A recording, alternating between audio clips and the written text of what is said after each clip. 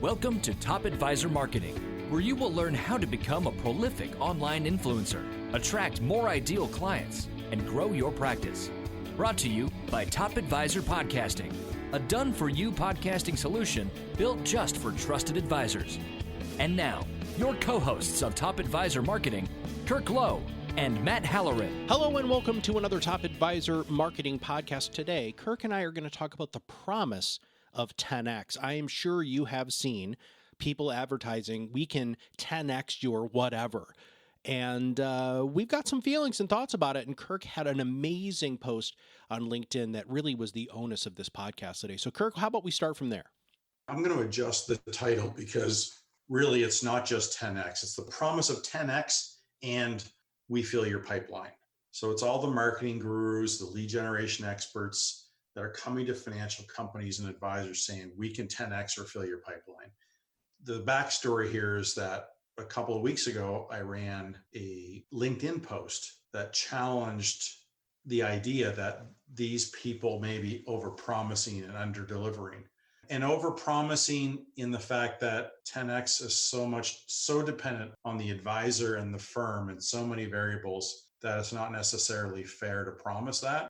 And the second one is fill your pipeline with what? There's usually not a lot of ideas about that. So I find that those two claims typically are what I would call a little bit irresponsible. So having said that, it was a controversial post, which tends to do well in media. And indeed, this post did do well. Right now, about a week and a half in, it's tracking at over 6,500 views and over 81 engagements. And that is a pretty successful LinkedIn post in my experience, just because it's a hot topic and it's a topic that garners a lot of emotional response. And we've had varied responses in the comments and some really, there's been some good feedback. There's been emotional feedback, but it's been all in all, it's been, I think, a good thing for the industry for us to have put out something like that. I don't know how you feel about that. I love the fact that you put it out. I think this is one of those things that is so conditional upon some of the things that we're going to talk about today. And my experience in being a coach and consultant before you and I partnered together was there are people who can execute this. There are people who can fill the pipeline, but there's just so much work involved with it, Kirk, that I just don't know how many people want to work that hard. Over the years, my 20 years in financial marketing, I've had to adjust or readjust the mindsets of so many financial advisors. I'd say easily hundreds face-to-face or voice-to-voice. I guess voice-to-voice more likely from how I run my business, but it's probably more in the thousands, to be honest, but thousands absolutely through our education. And the mindset is to get away from the idea that you're searching for the silver marketing bullet. And there's so many people, professionals, companies in any industry who are looking for that idea or that ideal, that I can find something for my business where I won't have to spend a tremendous amount of time, energy, or money, but the results will be the golden goose for my business or my practice. To me, it's a crazy pursuit. It's not sustainable. It consumes way more time and investment than you'd ever give credit to it. Right? For instance, if you spend months and months searching for that perfect silver bullet, how much time could that have been spent doing something that was going to be meaningful over a longer period of time? So there's a lot of effort, a lot of emotion put into this idea. And it's not just individual advisors. Sometimes it's big companies. Years ago, I was at a breakout session at a conference listening to a marketing executive at a pretty successful broker dealer, and a broker dealer that I believe was on the fast rise and have become one of the more prominent broker dealers. She was talking in this breakout session about being allowed to pursue digital marketing and build a team around that they could replicate for their advisors. So they'd come across this silver marketing bullet, basically, which was that they'd seen some success piggybacking on a campaign that a public broadcasting station would use to fundraise. If somebody gave a gift over a certain amount of money, In addition to giving that gift, they would get a financial advisor to be able to come in and do a financial plan or an assessment. And they value that at $250 to a couple $1,000. And that would be part of their give back from the public broadcasting. And they had seen some success with this. The problem was there weren't enough opportunities to get the thousands of financial advisors that were in their broker dealership enough. So they're trying to figure out, how could we replicate this in a digital marketing sense?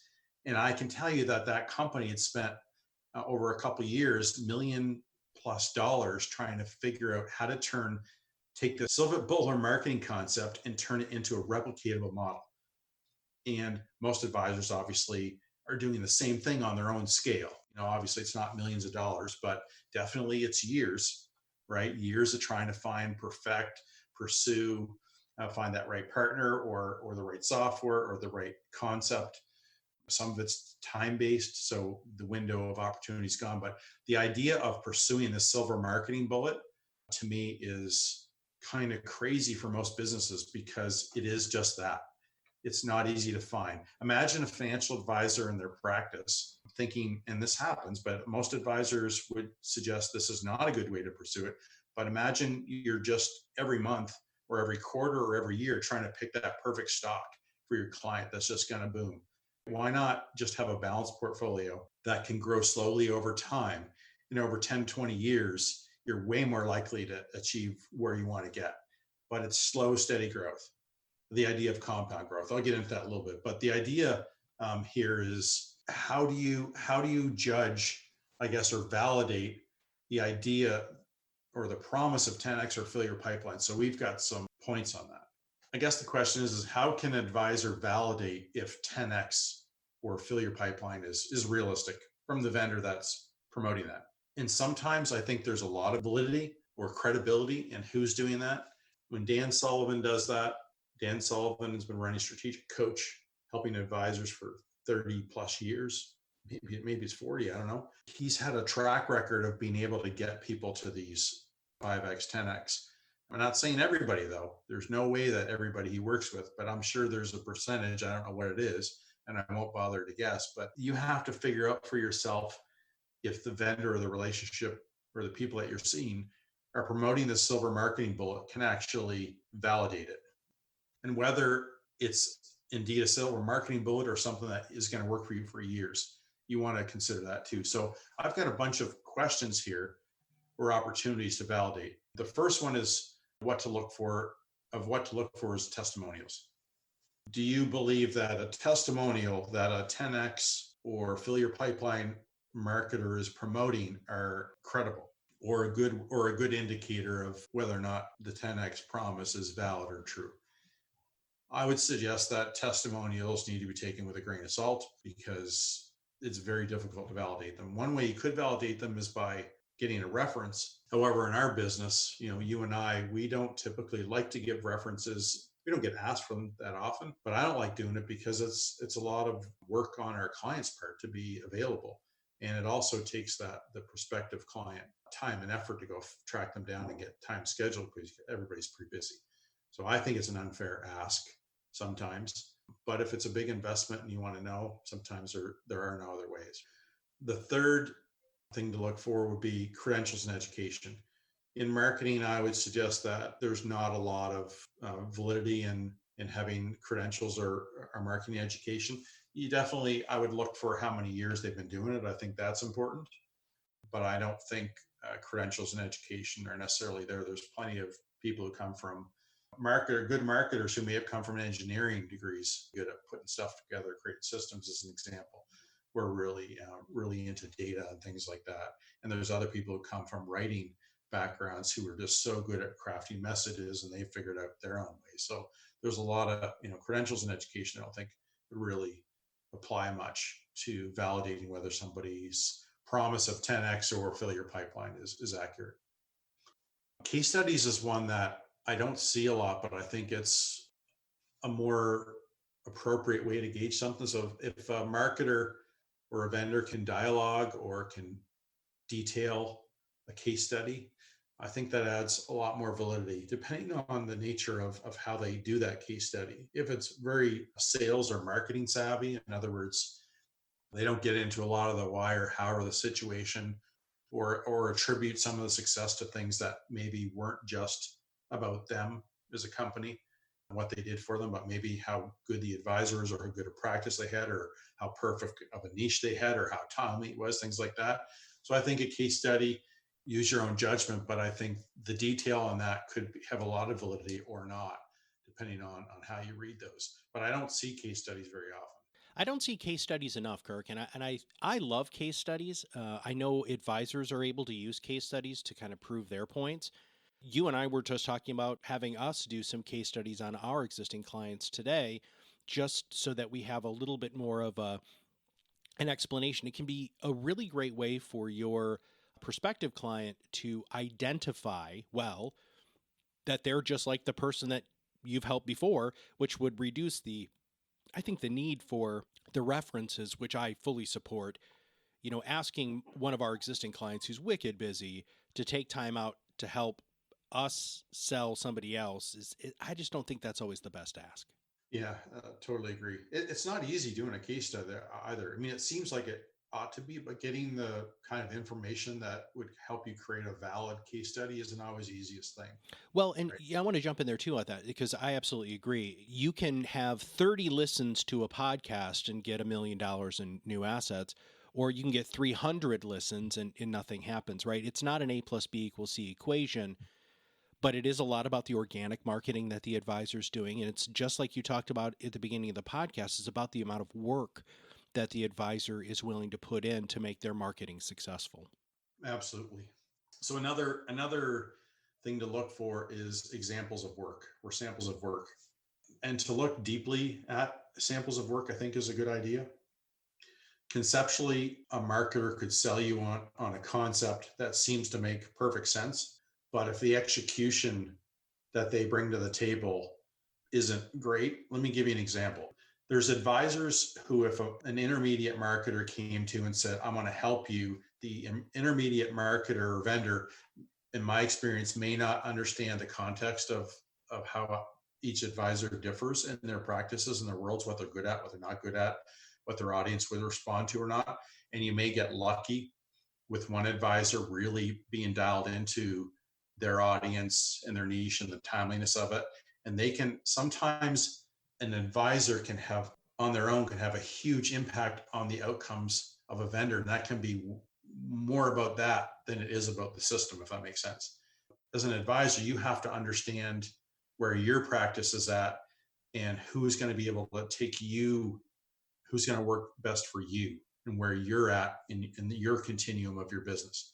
Are you an immature practice, a mature practice? Are you somebody that has some really standout attributes, or do you fairly similar to other people? Like, what do you have that's going to help you grow, and is the marketing suitable? So I guess suitability is another thing I would look for. Who are you working with? Are they on the same wavelength as you? And are they going to help you where you're at versus helping somebody where they were at and it doesn't apply to you? Another big thing to look for is fill your pipeline with whom. I wrote a white paper years ago called Death by Referrals. In it, I illustrate a number of ways that I've seen advisors kill their practice from this idea of referrals. And it's really no different than fill your pipeline. I've seen advisors who've gotten, if you think about client segmentation, and I know that you love the idea of this in an advisor's office, and you can comment in a sec, but the idea that you have the 80-20 rule is an example that 80% of your revenue comes from your top 20 clients. So just imagine if your bottom 80 your clients, or 80% of your clients who account for only 20% of revenue, if they're the ones who are most frequently referring you, that can be a huge drain or strain on your business. Because if you're meeting with or engaging in or have your staff chasing and you chasing unqualified prospects, that can be extremely difficult for your business. Anytime that you and I in our business are pursuing people who aren't ideal prospects for us, it's very difficult. It can be very difficult and very time consuming. And it can also be draining on you mentally or emotionally, because The chance that you're going to turn a non-ideal client into or a prospect into a client is remote. So you're putting a lot of pressure on yourself, and your closing ratio, if you will, or your success ratio is going to dwindle. And that's not good when you're in business, right? You always want to be putting yourself in a position to succeed in a marketing sales perspective. So I know client segmentation can be a huge part of fill your pipeline. Who are you filling with? Are you filling with ideal, and how do you find ideal people? Right. How do you even define what your ideal people are? I remember doing an advanced client segmentation for one of my old coaching clients, and she was like, "This is my ideal client. This is the best client I have." And then we did a time survey with her team and realized that her highest net worth client is her least profitable client. So you have to look at it from not just a socioeconomic status or an assets under management status, but you really need to look at it from a profitability. And then also, do you actually even like the people, Kirk? Right? I mean, that's the fun part about the whole thing is I don't care if you've got $100 million with me. If you're a jerk, I don't want to go to work. So I would rather have, better client segmentation, which, by the way, we are going to have some education on the advanced client segmentation and something we have coming out relatively soon. But we highly recommend that you go through many layers of client segmentation to make sure that you're attracting the right people. The idea that you could be meeting with, talking to, pursuing whatever, nurturing a non-ideal opportunity in your business, and then having success to the point where that non-ideal person shows up in your meeting, or whether it's out for a coffee or lunch or dinner or shows up to an event, whatever it is, and realizing or recognizing at the pinnacle of the prospecting process that this person has $100,000 and somehow they got through, or maybe they meet your minimum assets under management, but they don't have any income. They inherited some money, and so they're not going to be able to grow it faster, or they're just not somebody that you feel like you can help. They have a do-it-yourself mentality. They're holding a bunch of assets on the side with somebody else. There's not a person who's really good at outsourcing or trusting. There's all kinds of other variables that go into whether or not this person is going to steal your energy or add to your energy. And if they're a steal your energy kind of prospect from a coaching world that you lived in for a decade in this industry, that can really impact an advisor's mindset and business, right? It can, more than you could ever imagine. Having advice or having clients who you just hate seeing because they don't take your advice and they don't value your expertise, it's brutal, man. And when we're talking about expertise marketing, as we do on this podcast so frequently, if you don't have the confidence that your expertise is being valued, then you're not going to be a great expertise marketer. You need to surround yourself with those people who look at you as that expert. There's no doubt that the most fun that I've had in my 20-year career in financial marketing is right now. A lot of that is attributable to the fact that we have found a way to act like experts and market ourselves the way, and I've been doing it for years, but we've really scaled that. What that's done is that when we talk to people who've been either introduced to us or who've self-qualified through our, listening to our podcasts, reading our papers, our blog posts, whatever, more and more of it, to be honest, is I've been listening to your podcast. I love it. I want to talk about how we can help us. Most people that come to us now, they already know who we are. They already know what we do. They already understand our strategy. They feel comfortable with us as professionals and humans. I'm guessing there's also the opposite side of that. There's people who maybe came and said, these guys sound a little quirky. They're kind of, a little too laid back for me maybe, or I need numbers. These guys are more about building relationships. So it works both ways, and we don't have to most of what we're filtering through is good advisors and good financial companies with good businesses who believe in the approach that we take. So there's all kinds of synergies before we even engage much. And that's a wonderful place to be. And that's all by being able to validate whether this marketing relationship, this marketing system, all those things are going to align with how I want to grow my business. So the next thing to look for is your investment. When somebody says 10X, well, for starters, trying to figure out what 10X means. So is 10Xing your business? So if you have a $200,000 revenue practice right now, does that mean we're going to get you to 2 million or more? Or is it 10Xing your ROI? If I spend $10,000, we want to make sure you're earning at least $100,000 every time you spent that 10 has been spent. I don't know if it's important to confirm that or not. They're both wonderful outcomes, but it may be worth asking that. What you want to do is you want to know what do I have to invest to get there? How much time? And don't underestimate time. Like I said earlier, one of the things I think advisors don't do a very good job at is when they're pursuing silver marketing bullets in their businesses. I wonder how many advisors actually account for the time they spent pursuing that as part of the investment in that particular marketing system or marketing concept. So the next one is expertise. How much expertise do you have to have on your team or for you personally to execute and win at that game? You're talking to a coach who says, I want to help you 10X, but the coach says, well, you need to be great at 10 things. Jennifer Goldman, actually a friend of ours, did a post the other day about how many coaches, or no, it was Aaron Botsford actually. Was it Aaron? It might have been both of them. But just talking about how many coaches say you need to get better at this, but they can't actually help you do that. So you need to have the talent. Sometimes that happens in marketing too, right? So I know a lot of digital marketing is based around expert content. But if an advisor can't follow through with expert content, then they can't leverage that. So whatever expertise you need to have or talent that you need needs to be considered as part of the investment. And if you don't have that, then where are you going to find that? And you have to pay for it, all those things. The next one is money. How much money are you going to be putting into this? That's a pretty obvious one. And the next one is resources. Does your team need to be involved? Do you need to have other pieces of software running? And what are those going to cost? And what's the commitment to learning those? So there's all kinds of questions that you need to ask and understand to validate or better understand what your investment's going to be. Let's wrap today's podcast up with talking about some things that our advisors should do. In our experience, what should they stay away from? What are some warning signs? I mean, you've hinted on those, but would you mind kind of walking them through and say, if you see somebody who is really marketing hard and they're aggressively talking to you about different things, what should they do?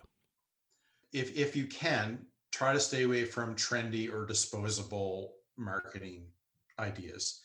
To me, those are two words or adjectives that describe silver marketing bullet. And silver marketing is typically something that's not necessarily going to last.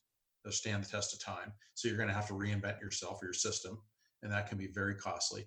I have a little drawing that I use where the difference between roller coaster marketing, which you think of as just like a stock market, like or somebody who's stock picking and doing high risk investments, versus somebody who's growing slowly. And over time, you're more likely to be able to guarantee that you're going to be in a much better place. Whereas with the silver marketing stuff, you never really know. You're going to have some winners, you're going to have some duds, and you never know where you're going to end up in 10, 15 years. Which is kind of the point, right? It's not how much money can I make right now. It's how can I grow my business into a replicatable machine? If you can take that mindset, that's a huge thing. So stay away from anything that feels trendy or disposable, and that's not going to last or not replicatable over the long term. Those would be really, really important things to look for. I used an analogy earlier in the podcast where I talked about how most financial advisors who are really good at what they do are not going to promote the idea of having a client chase the perfect stock that's going to, add a ton of value. The idea of that is ingrained in everybody's worlds, everybody's lives, everybody's investment portfolios. Everybody wants that. But the sensible people are the sensible advisors are the ones that can figure out how to do that slow and steady curve. And probably the most important concept of all is how to achieve compound growth. And that's what good marketing will do. Good marketing will achieve compound growth. What I mean by that is I like to call that, we talk about that here as being momentum marketing. How do we build something in the first year that is still as valuable in the second year when I'm building on that? And it keeps growing and growing and growing. Think of it like a staircase, right? How do I just keep adding my marketing, building my marketing so it keeps getting better and better all the time? That's how you should think about marketing. An advisor who can build a portfolio like that's going to typically win too. So think about your marketing the same way. I think that's a great mindset to have.